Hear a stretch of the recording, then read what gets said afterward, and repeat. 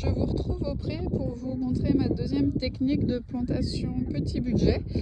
Donc là on est sur des plants que j'ai achetés, donc ils ont tous été achetés, donc forcément ça coûte plus cher que la première technique où j'ai collecté des plants soit chez moi, soit en bord de route, où j'ai semé aussi.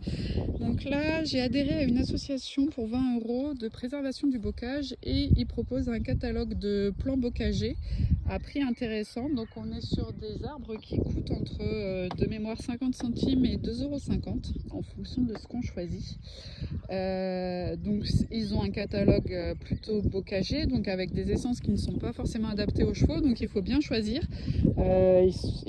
Certains sont toxiques, certains peuvent être un peu embêtants, comme les chênes avec les glands qu'il faut gérer à l'automne.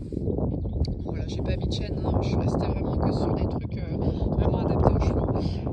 Au niveau préparation du sol, on est aussi sur quelque chose de totalement différent. J'ai pas eu le temps de préparer le sol en avance.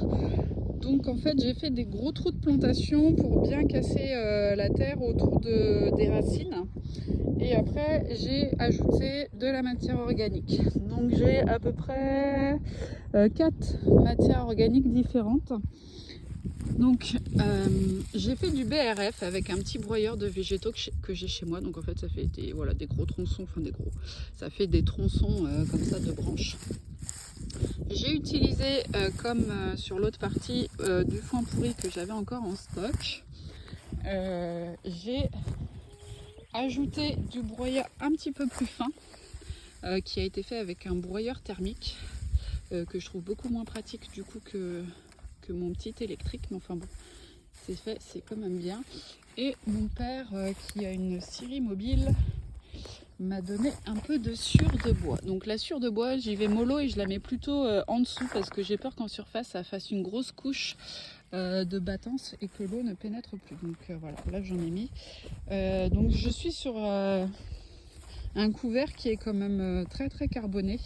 Donc l'idée ça va être aussi d'ajouter du crottin un peu composté mais pas totalement mûr sous le foin pour essayer d'avoir quand même un équilibre entre le carbone et l'azote.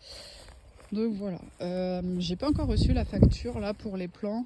Je sais plus exactement combien il y en a, mais j'ai planté à peu près on doit être sur 50 mètres. Donc je crois, de mémoire, j'ai 49 plants, je crois. Donc voilà, et je les ai plantés très tard dans la saison, donc j'avais un petit peu peur. Ils ont été plantés, je crois, il y a 3 semaines, mais ça va, je suis contente. Il y a quand même, tout a l'air d'être pris. Alors voilà, là c'est les petites choses qu'on peut trouver quand on plante tard, c'est que le haut de la tige a séché, mais par contre voilà, en bas les plants ont pris, donc normalement ça posera pas de problème. Sur le paillage, hein, on est aussi sur un paillage qui doit faire encore 10 cm, donc voilà, là il faut que j'en ajoute, j'en ai pas assez si on veut vraiment garder l'humidité du sol. Donc là par exemple, cornoyer mâle, là on a un saule, ça je ne sais plus, peut-être un cerisier Saint-Lucie peut-être, ah non, un cormier.